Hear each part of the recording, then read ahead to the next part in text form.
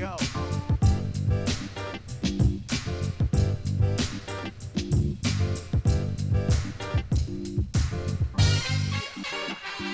Otesaga. Nothing personal word of the day for Thursday, 9/9/21. Otesaga is the hotel in Cooperstown, New York, that is the place to be once a year.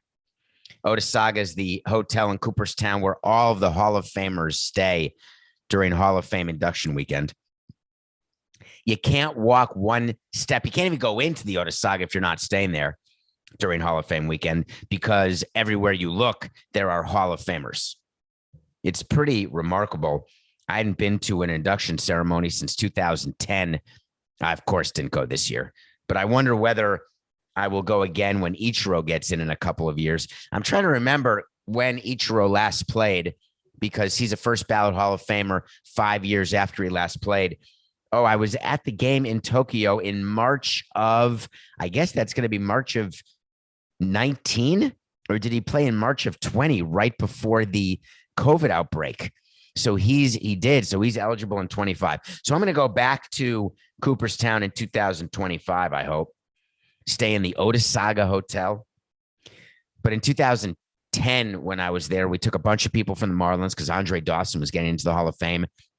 So I went with Mike Hill and Dan Jennings and a bunch of other executives, and we rented a house, like Airbnb, a house right in the town of Cooperstown. I remember we had to do I was training for some race somewhere and had to do it must have been for the New York Marathon in 2010. So we had a 20-mile training run on Hall of Fame induction day, and running all through Cooperstown and outside of Cooperstown.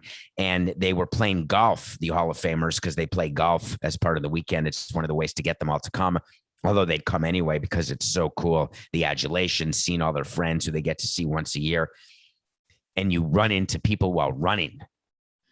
The Hall of Fame in Cooperstown is the coolest Hall of Fame. I love seeing the Stanley Cup in Toronto, but the Hall of Fame in Cooperstown, when you see all of the history that is baseball, you look at the plaques in the plaque room, you look at the names of these players who you loved as a child, who you respected as an adult for what they did on the field.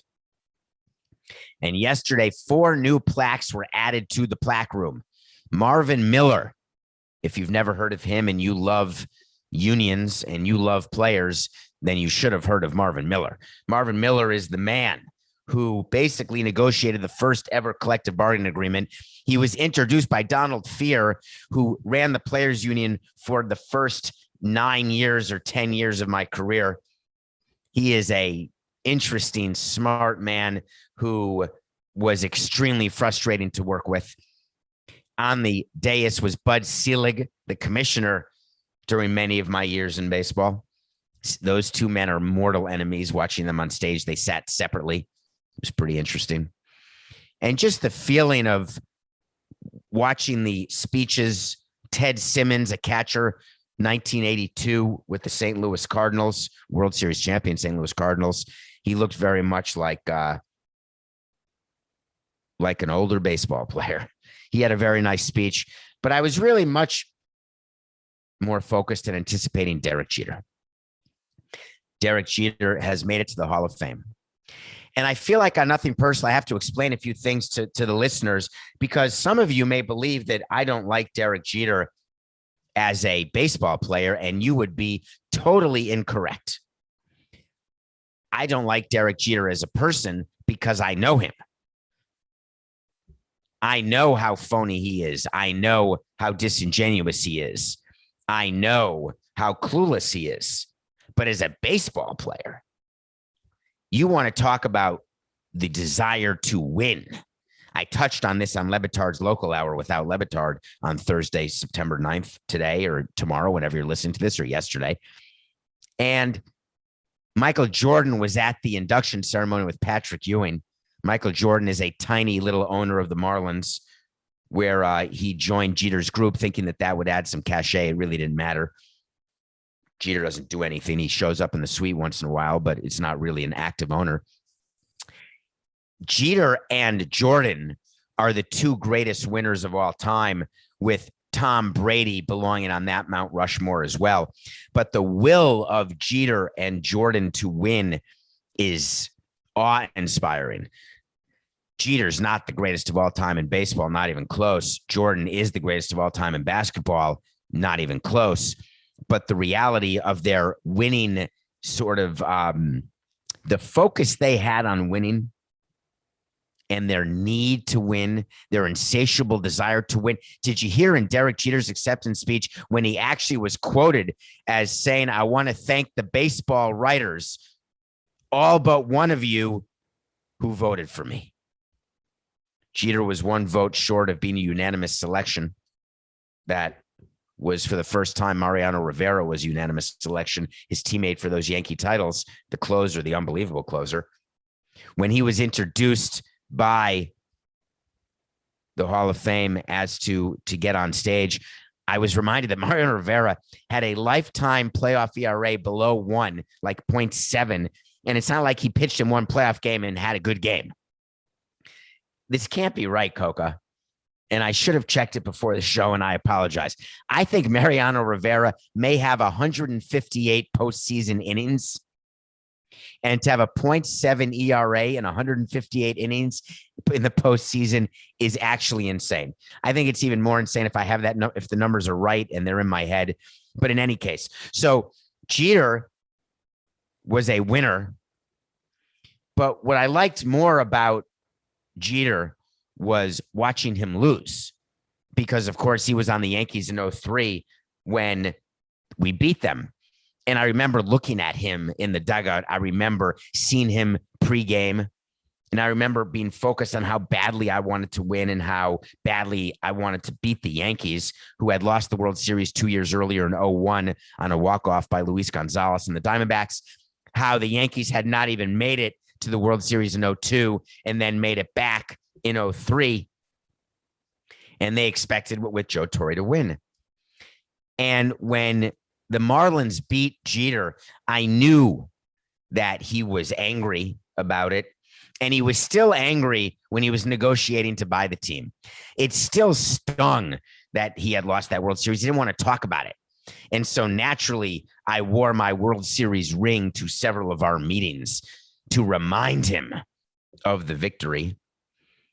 But I was watching his acceptance speech, and it was noticeable to me, very noticeable to me, that during the course of his speech, not only was he wearing a beard, which he was never allowed to wear during his time with the Yankees, which made me smile, but he didn't mention the Marlins one time.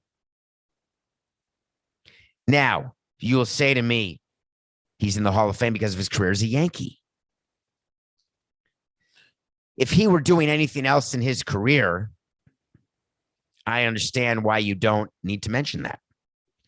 But when you are now the owner and CEO, the minority owner and CEO of a new baseball team, I think you got to somehow work that into the speech, the segue of what it's like to have been a player and now an executive, a line or two for the person who wrote his speech, because someone wrote a speech. You have to incorporate that part of his life. They did a good job of thanking people and honoring his family and his wife and kids, 2 daughters. They honored his father, who was there, his idol. But again, the Hall of Fame and the speech, there's an opportunity to effectuate change. And Ted Simmons in his speech did a good job of putting historical context in not just his career, but the moment. And I don't believe Jeter did any of that. And I wanted more. At the end, he mentioned that don't forget the fans, don't take your career for granted, work hard. I get that. But he is such a thought leader now, and people look to see what he thinks. He's the one who made a comment when the All-Star game was taken out of Georgia and put into Colorado. He released a statement about that. And the platform that he had when he was Derek Jeter giving a Hall of Fame acceptance speech, You got to use that platform better. The other thing that I want to mention about the Hall of Fame are 3 words that came up from the head of the Hall of Fame, Jane Forbes Clark. The erstwhile president was there, Jeff Idelson. There's a new president, former Diamondbacks executive named Josh, not Josh Burns. Jane Forbes was clear when she was describing the Hall of Famers being inducted. Larry Walker, former Expo, Ted Simmons, Derek Jeter. She used the word character. She used the word integrity. And she used the word sportsmanship. Talking about players, their character, their integrity, their sportsmanship has led them into the hallowed halls of Cooperstown. And I couldn't help but smile thinking about next year. Next year is the final year of eligibility for Alex Rodriguez, for Curt Schilling. You've got Alex Rodriguez. You've got Roger Clemens on the ballot. You've got David Ortiz joining the ballot. I wonder where she stands on the character and integrity of cheaters, of those who take steroids, among other things. There are some players who are in the Hall of Fame who very likely did steroids. So I wonder whether it is player specific, because if that's the case, then Big Papi is going to get into the Hall of Fame immediately, right? Not unanimously, no chance, but is he a first ballot Hall of Famer?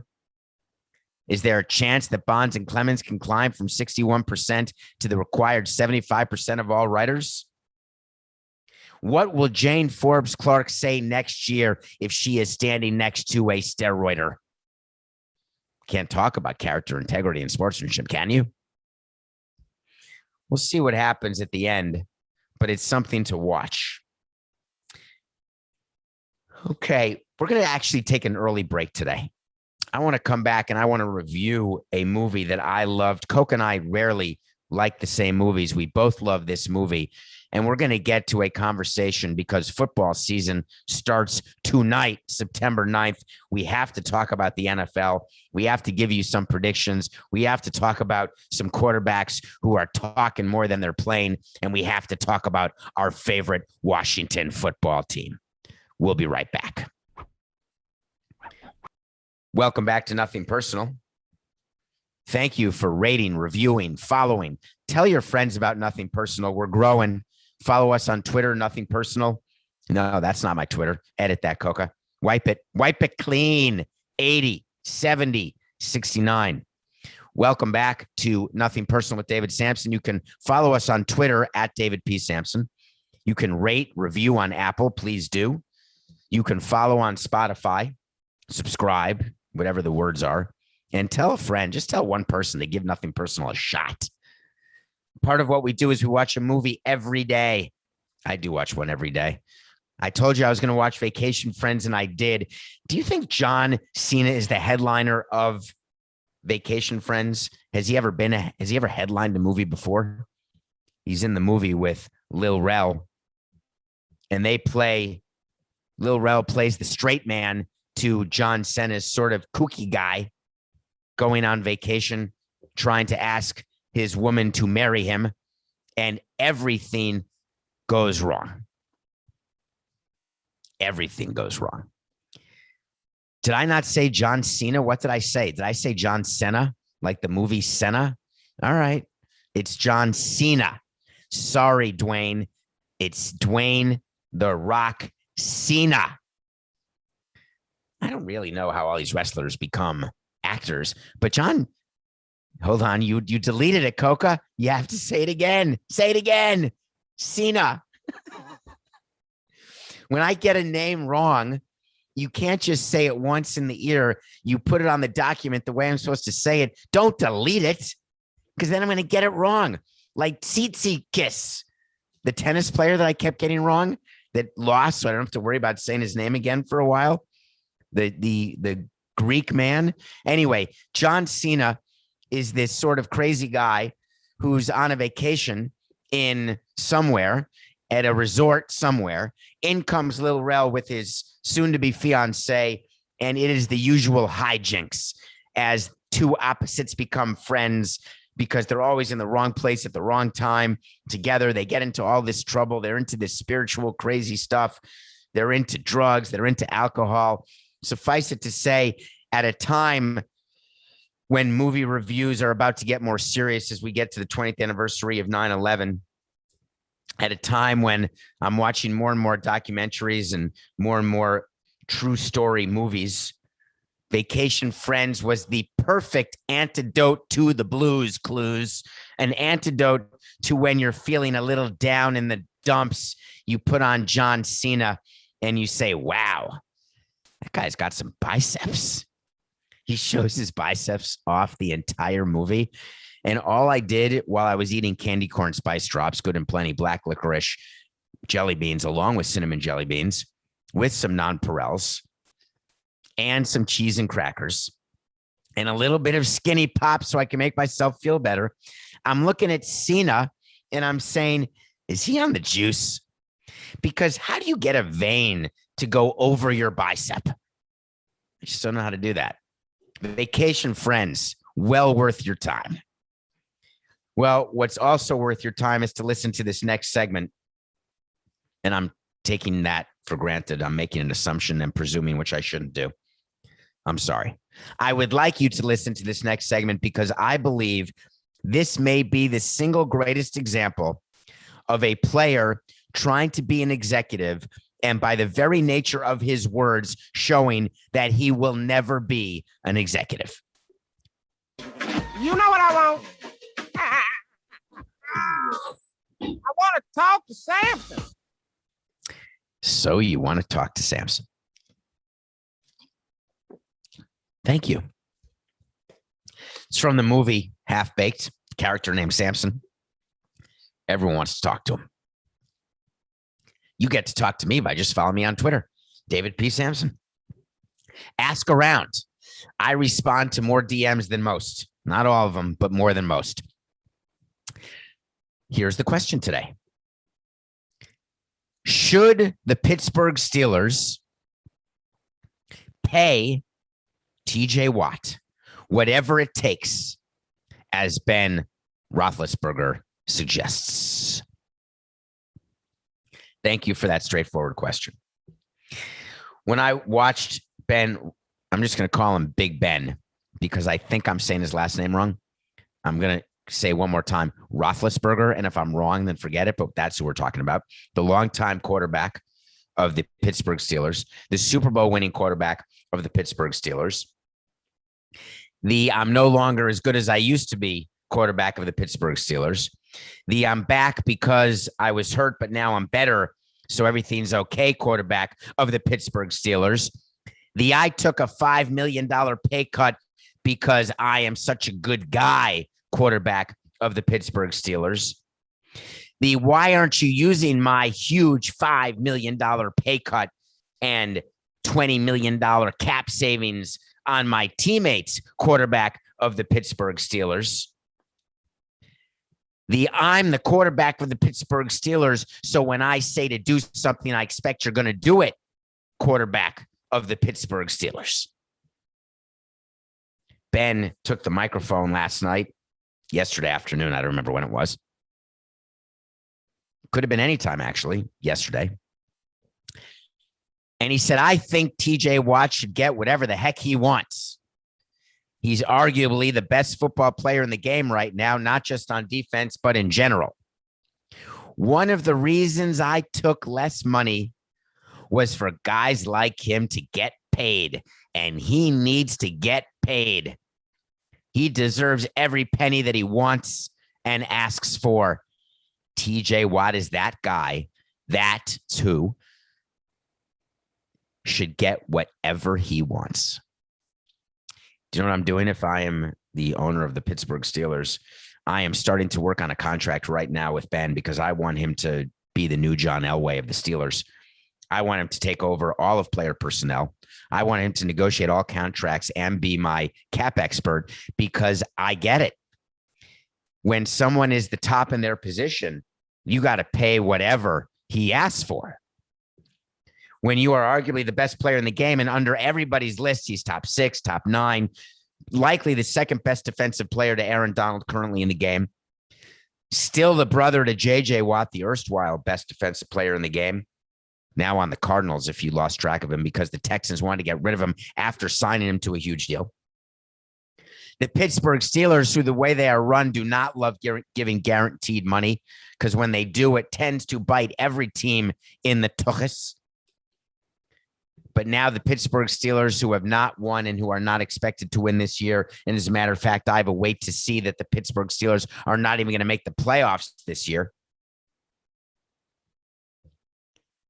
But the Pittsburgh Steelers front office is way too smart to fall prey to what is now a disease in the National Football League.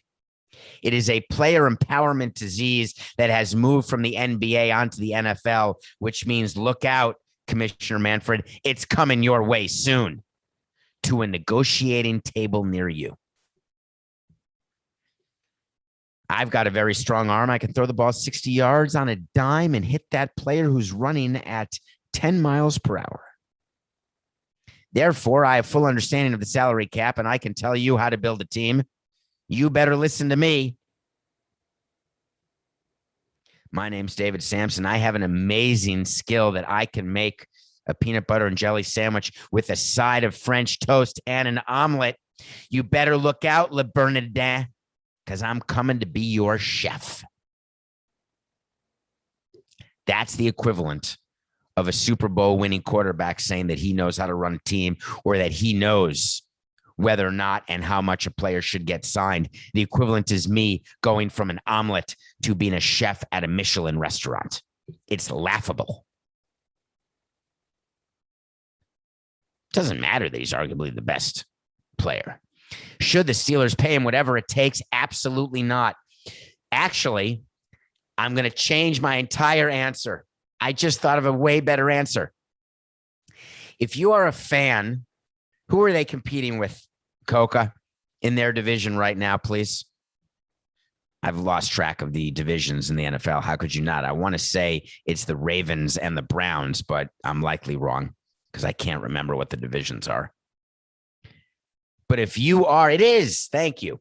If you are a fan of the Ravens, the way Coca, who's an absolute diehard Ravens fan, super excited to see what Lamar Jackson does this year, whether he can win the MVP, super despondent that their first and third string running back and whatever, they're out for the season, blah, blah, blah. If you're a fan of the Ravens and the Browns, you want the Steelers to pay TJ Watt whatever it takes. You want the Pittsburgh Steelers to listen to Ben, their quarterback, because it gives you a better chance of keeping the Steelers down and of winning your division. There is no executive that pays attention to what a player says. The Packers are pretending to pay attention to what Aaron Rodgers says, but they're not. The Steelers are not even trying to pay attention to what Ben is saying. But for whatever reason, we as fans and members of the media feel the need to congratulate TJ Watt.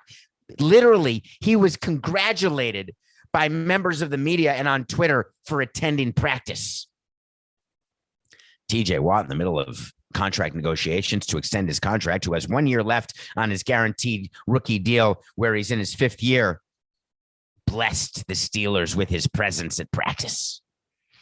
I genuflect in your general direction, TJ Watt, because you went to practice. He's under contract. That's your job. I don't want to be applauded for showing up to doing my job and then doing my job well. I want to be applauded when what I do for a living helps change you, helps educate you, helps you see things from a different point of view. Don't just thank me for recording Nothing Personal or thank Coca for producing Nothing Personal or for showing up when it's our job. Thank us when we make a difference in your life. Thank TJ Watt when he leads the Pittsburgh defense deep into the playoffs. And then you can negotiate and pay him more money than other teams will offer him and keep him a Steeler if you're so inclined. Or you can pretend the Pittsburgh Steelers or the Tampa Bay Rays and hope that you're right and let players go when they are past their prime, even though TJ is only 26. Let them go when the player is going to be overpaid, which it's likely TJ would and could be even in a salary cap system. Because letting one of your best homegrown, and I don't know if TJ Watt's homegrown, but a rookie deal, so he was drafted by them. I guess that's the same as a homegrown player in Tampa. But letting go of a player because you believe you've taken all the value from that player that you're going to get and the next deal will not provide you value makes you good at your job, not bad at your job. Should the Steelers pay TJ Watt? Absolutely not. The Washington Redskins are starting their season this weekend. It's a big deal. Wipe it. 869. The Washington football team will be starting their season this weekend under the leadership of Tonya Snyder. Tonya Snyder, related to Daniel Snyder, the owner. Remember from a previous Nothing Personal, I don't remember what episode it was, even though we're now numbering our episodes, which I voted against, but Coca voted for, and the tie was broken by Coca's alter ego. The Washington football team named Tonya Snyder as the in-charge CEO. Daniel Snyder was taking a step back. Remember all the investigations that went into the team? Do you remember all the misogyny and the sexual harassment and the horrific workplace conditions that the Washington football team had? Well, Tonya Snyder spoke to the media, and my God, the Washington Red team, they just are the gift that keeps on giving. They are the Mets of the National Football League. When you meet the media as the president of a team or the CEO of a team, and you are new at meeting the media, you've got to have what we call media training. Media training is when you are given mock questions and answers. You workshop some of your answers to questions you know you're going to be asked in a scrum, which is a informal press conference when a bunch of people come up to you with cameras and microphones, or an actual press conference where people are seated and it's run by a PR person who will call on people to answer questions. Or when you're going to go on a podcast and answer questions. You've got to workshop answers to questions that you know that are going to come. So what we do for our owner is we would come up with a list of questions that he would be asked. My PR guy would come up with a list of questions I'd be asked. I'd read sort of the Q, read the A, and just have an idea where I wanted to make sure my brain was, knowing that my mouth was certainly going to be behind my brain. So if I had answers in my head, then they would come out through my mouth and everything would be okay. And any headlines I was going to create purposefully. What are the questions that you think Tonya Snyder would be asked? I'm just throwing it out there, asking a very quick question. What are the questions that you think Tonya Snyder would be asked if you were training her? Number one, what changes have you made since taking over operation of the team? Number two, how much input does Dan, your husband, still have in the operation of the team? Number three, can you react to the $10 million fine that you were given by the National Football League? Number four, what can you say to the fans of your team who are women of the concrete steps that you have taken? Number five, tell me about the difficulty and the challenges in taking over the Nationals during during the football team during this period. Let's start with those as possible questions. She got asked every single one of them. And she talked about, in answering those questions, the difficulty that she and Dan have had in the past year. Forget the victims of workplace harassment and sexual harassment. Forget the cheerleaders who were completely exploited. Forget the people who were impacted by the racist nature of their name. But she led off with, it's been one of the most difficult years in mine, Dan, and my family's lives. She mentioned how happy they were to be 100% owners of the team, but neglected to mention that the limited partners they had didn't want to be associated with their family anymore. Remember when FedEx said, get me out of this investment? Red Smith, the chair of FedEx, said, I don't want to be anywhere near. And by the way, if you don't change the name of your team, we're not going to let it be called FedEx Field anymore.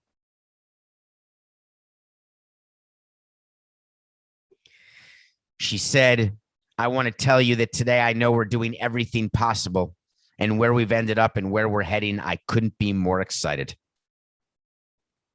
After the nightmare that they lived through.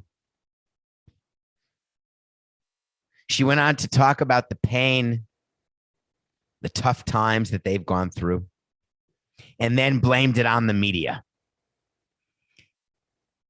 Rule number 1. Rule number 3. Rule number 1 is don't say the F word. I don't know why that's a rule, but it's just rule number 1. Rule number 3, don't fight with people who buy ink by the barrel. Do not blame the media for your struggles. That would be like me meeting the media and saying, man, we couldn't get the stadium built until 2012 when we wanted to get it done in 2006. And the reason we couldn't is because of all the negative articles written in the paper about me. That'd be laughable. We didn't make the playoffs after 2003 because of the media and their negative articles about our team. Tanya Snyder blamed the media. Everyone's going to say whatever. She said, I guess when you don't have a voice out there, people can say whatever. And that has been the case. There was a void because when Daniel Snyder spoke, he lied, he was disingenuous, and he was not believable.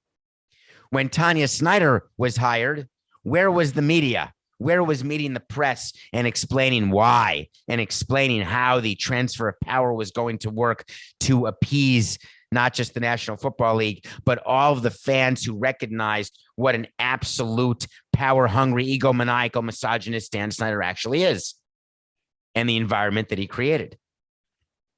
When given a chance to right a wrong, Tanya made the wrong worse. And the irony of making it worse is that now it's brought it all up again. And that is another violation of the rules of PR. When there's a negative story, snip it. Snip it like you're 8 days old and Jewish. Snip it. Cut its legs off.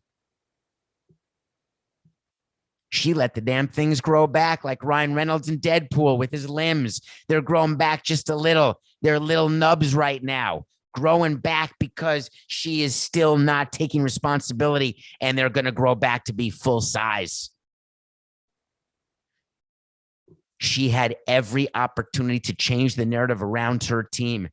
Now they're trying to distract you with saying, hey, we've gotten it down to 8 names for the new team. Let's get excited. We're going to make this huge announcement. So many of you out there still think it's going to be called WFT. Ha! We've spent 2 years studying this, and we believe that the name we chose overnight by force 2 years ago, without any thought or focus groups, we nailed it. By the way, that's a perfect Daniel Snyder and Tanya Snyder thing to say. That's ego in a bottle. Ego in a bottle. I was thinking about Sting all day, because I just watched him in an episode of the new Hulu series called Only Murders in the Building with Steve Martin and Martin Short. And Sting, who's now acting, who looks terrific. He's got to be in his 60s by now. Looks terrific and had some funny scenes in that show. I don't know why I just thought of Sting. I was singing Message in a Bottle, but I don't know why I was talking about a bottle. I just went on a detour about Sting, and I don't know. A message in a bottle. Does that spark the memory at all? Does that spark you, Coke, at all? Message in a bottle. Ha to. Okay. We're just going to move on then. NFL season starts tonight. Yes, it does. I'm excited. I really do like the NFL. I like watching games. It used to be games are on Sunday. Now they're on Friday, Thursday, Saturday, Sunday, Monday, every day of the week. It's more sad when there's not a football game. Tonight, they've got the World Series. No, they do not. 8, 6, 9. Tonight, the National Football League begins with the defending Super Bowl champion Tampa Bay Buccaneers taking on the haven't been a Super Bowl champion in so long they can't remember how long it's been, Dallas Cowboys. It's great that the Super Bowl champion Buccaneers are on the Thursday night game. It's great that the season's starting. And how many of you think that the Tampa Bay Buccaneers are going to repeat? I'm just curious. When is the last team to repeat as Super Bowl champions? It's got to be the New England Patriots. We're going for 3 in a row, I think, when David Tyree made that catch on his helmet and the Giants beat them. I don't have a list in front of me, so I could be wrong. I think the Patriots are the last team to repeat. Tom Brady, who is as competitive as Jordan and Jeter, as a winning player as Jordan and Jeter, a GOAT like Jordan, he knows exactly what he wants to do this season. And he is one of the few players that I can assure you wants it worse this year than he wanted it last year. And I thought last year was the tip of the iceberg. There's all this stuff going on below the surface with Tom Brady, like an iceberg. But right at the tip, he wanted to leave New England after the breakup with Bill and Robert, Belichick and Kraft, respectively. And he wanted to win the Super Bowl at his home stadium in Tampa. And so you think after that's done, that's it. He's done. How do you possibly get motivated again? And that's because it should be of no surprise to you that the thought of Tom Brady winning back-to-back with Tampa after winning back-to-back with New England and showing that last year's not a fluke and showing that you can be 57 years old, the age of George Blanda, and still win a Super Bowl. That's an old reference for you folks out there. George Blanda, GTS, Google that. Shite. He was pretty old when he played, right at the end. Repeating's too hard, though. I'm going to do 3 wait to sees right now. Wait to see is when we say something's going to happen and then it doesn't. Or it does. I like revisiting wait to sees. It makes me feel good when I get them right. It makes me feel good when I get them wrong. The reason why I revisit, and if you are a veteran of nothing personal, say it with me. I don't want to be the ordinary gas bag who gets listened to on sports shows or on other sports podcasts who give you hot takes and just sit around going hot take after hot take. And when they're wrong, no one follows up. They don't follow up. Why would I ever want to admit I'm wrong? I love admitting that I'm wrong. But I'm going to take a position. That's really what nothing personal is. I'm taking a position by telling you both sides of a position, and then you decide for yourself where you stand. You know where I stand, for example, on the Texas law, the new Texas abortion law. I'm not telling you where to stand. I'm just telling you, here's the 2 sides. Here's the results of what's going to happen. Well, I got some NFL wait to see. I'm going to start with the easiest one of all time. The Tampa Bay Buccaneers will not repeat as Super Bowl champions. Book it. Wait to see. It's simply too hard. Even the Tom Brady factor still makes it too hard. Now, who are the Buccaneers playing? They're taking the Cowboys. Yes, they are. I marvel at the Dallas Cowboys. Did you see on Twitter? They are a money machine. Forbes came out that they're worth over $6 billion, the number one valued NFL team. You know my view of Forbes. It's absolute horse hockey. They don't know one thing about the value of a team, except when they say the Marlins are now worth less than what Jeter paid for them. Those Forbes people know exactly what they're talking about. The Dallas Cowboys print money. They just opened up a new section at AT&T Field which is a money-making machine. The new section has like beer gardens. They'll have watch parties. They built it in like a parking lot. I think they spent 80 large on it. And believe me, Jerry Jones doesn't spend $1 where he's not going to get an ROI, return on investment, except when it comes to players. The Cowboys may be favored to win the NFC least, which is cousins to the NL least in baseball. But it's going to be another tough year for the Cowboys. My friend Mike McCarthy, former coach of the Green Bay Packers, is going to have a hard time surviving another year in Dallas because it will be his second year in a row without making the playoffs. That's not very good. The third wait to see of the NFL season. Get ready. Are you ready? Yes, I'm ready. Aaron Rodgers. He will not marry Shailene Woodley. That's not my wait to see. I'm just kidding. Just kidding. Although, would you be shocked if they didn't actually get married? I wouldn't. How about that? I don't want to make it personal. It's not personal. It has nothing to do with who he's going to marry. But I'll tell you what he is going to do this year. Take the odds. Get paid. Aaron Rodgers is going to win back-to-back MVPs. Aaron Rodgers is going to crush the regular season. He is going to show all of you Packer fans that him having more say in personnel, him having the keys to the castle, and he's going to return that leap of faith, which I think is not actually happening, but he's going to return that leap of faith, and he's going to repeat his MVP, and that'll be super cool. Has Tom Brady ever won back-to-back MVPs? Out of curiosity, Coke, are you aware of that fact or not? I don't think Aaron Rodgers has won back-to-back. He's won it twice or three times, maybe just twice. Definitely not back-to-back. I would think Brady probably has won back-to-back MVPs. Has Mahomes? Has Roger Staubach? Anyway, those are through. Peyton Manning, that'd be a good one. Peyton Manning has won back-to-backs. Oh, so is his teammate Brett Favre. Aaron Rodgers will repeat. Okay. Brett Favre won 3 straight. Are you saying that? Hold on. I got to clear my ear. What did you say? Brett Favre won 3 straight MVPs for the Packers. Now Rodgers has won 1. And you know that Rodgers and Favre are major competitors. You know that Favre doesn't want love. That Rodgers doesn't want love to have any snaps this year. I love that pick. 3 wait to sees. Bucks don't repeat. Cowboys miss the playoffs, and Rodgers repeats as MVP. Nothing personal pick of the day. What happened? Darvish pitched well.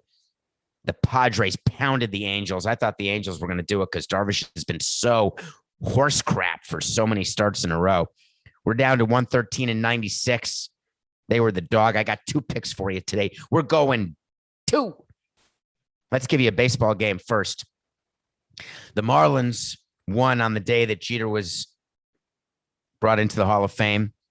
They won on a walk-off in the 10th inning against the New York Mets. The New York Mets are in trouble. They are in serious trouble. The good news for the Mets is that they're playing the Marlins again, and the Marlins are going with Luzardo as the pitcher. Luzardo, the former A, who you all told me because Marlin fans seem to think that I have it in for them, that Luzardo was a top of the rotation guy. And I said, no, he's a bottom of the rotation guy at best. He's pitched like it. He's going again for the Marlins. The Marlins were good to get him for Starling Marte because they weren't going to re-sign him. So I had no problem with that trade, but I just wanted you to manage your expectations. The Mets will beat the Marlins tonight. But the second pick is the football game. You got the Bucks and Cowboys playing. The Bucks are favored by 8.5. It seems like, how do you not take the Bucks? Super Bowl champions, 8.5. I have found that when things look too good to be true, they often are.